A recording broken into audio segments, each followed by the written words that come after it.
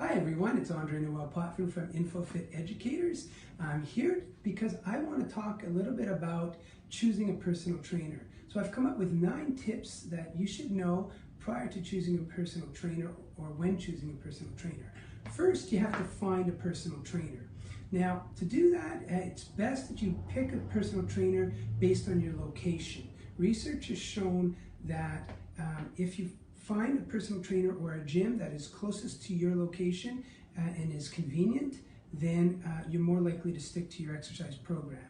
Now, finding a personal trainer that's close to you, you can do it several ways. You can find a local gym. They almost all have personal trainers on staff that you can check out. Or you can just Google, go to the internet, search for a personal trainer in your local area. If you want to train from home, you just Google in home personal trainer and up come a variety of companies that you can choose from. Second, when you do choose a particular trainer or you're interested in, ask them if they will give you a 15-minute interview consultation. This is a good opportunity for you to get to meet your trainer and have your questions answered with regards to several of the other tips I'm about to talk about. But it's really important that when you are interviewing the trainer first, if the trainer resists giving you a free interview, then just go find another trainer. There's a problem there right off the bat. Next, if you do interview them, take a look at their body language, right, and see how open they are to answering your questions. And also, do they ask you a lot of questions about yourself? A trainer that just basically gives you a sales pitch but doesn't ask a lot of questions about you, you may have a few concerns about. Next, tip number 3, check out their credentials. A lot of trainers out there were certified at one time but are still training and don't have any up-to-date certification. Also, there are a lot of trainers out there that have no certification whatsoever. So I just want to give you a few organizations that we consider top of the line. There's the BCRPA, there's ACE, American Council on Exercise, there's the American College of Sports Medicine, ACSM, there's the National Strength and Conditioning Association, NSCA, there's NASM, National Academy of Sports Medicine, and these are the organizations that we consider to be elite caliber organizations that set a high bar and standard for trainers to achieve.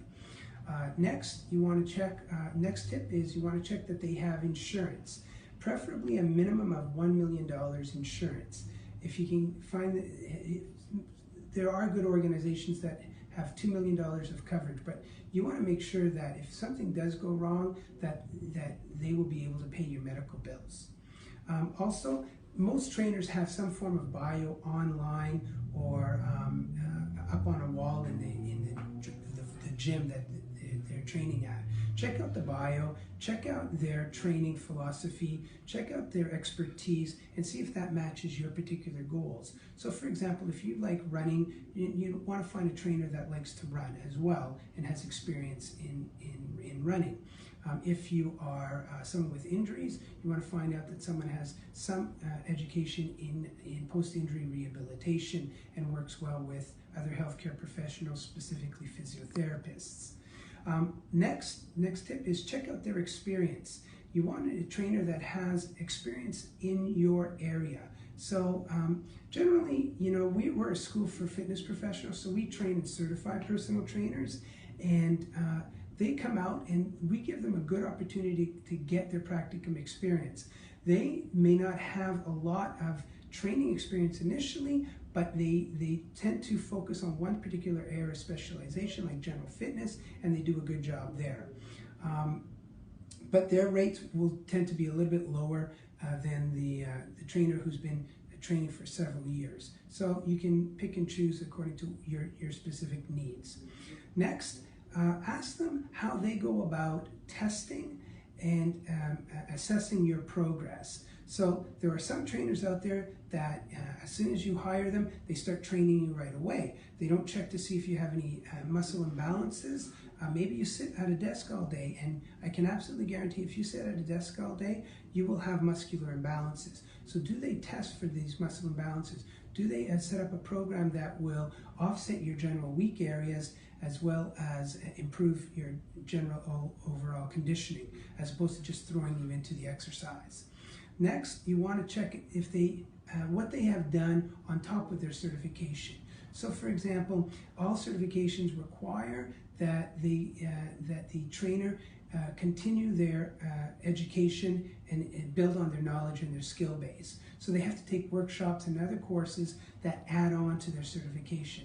Just find out, and usually you just look on the wall and they will have certificates. All these seminars and workshops give letters of completion or certificates showing that the trainer is upgrading their knowledge and skill base.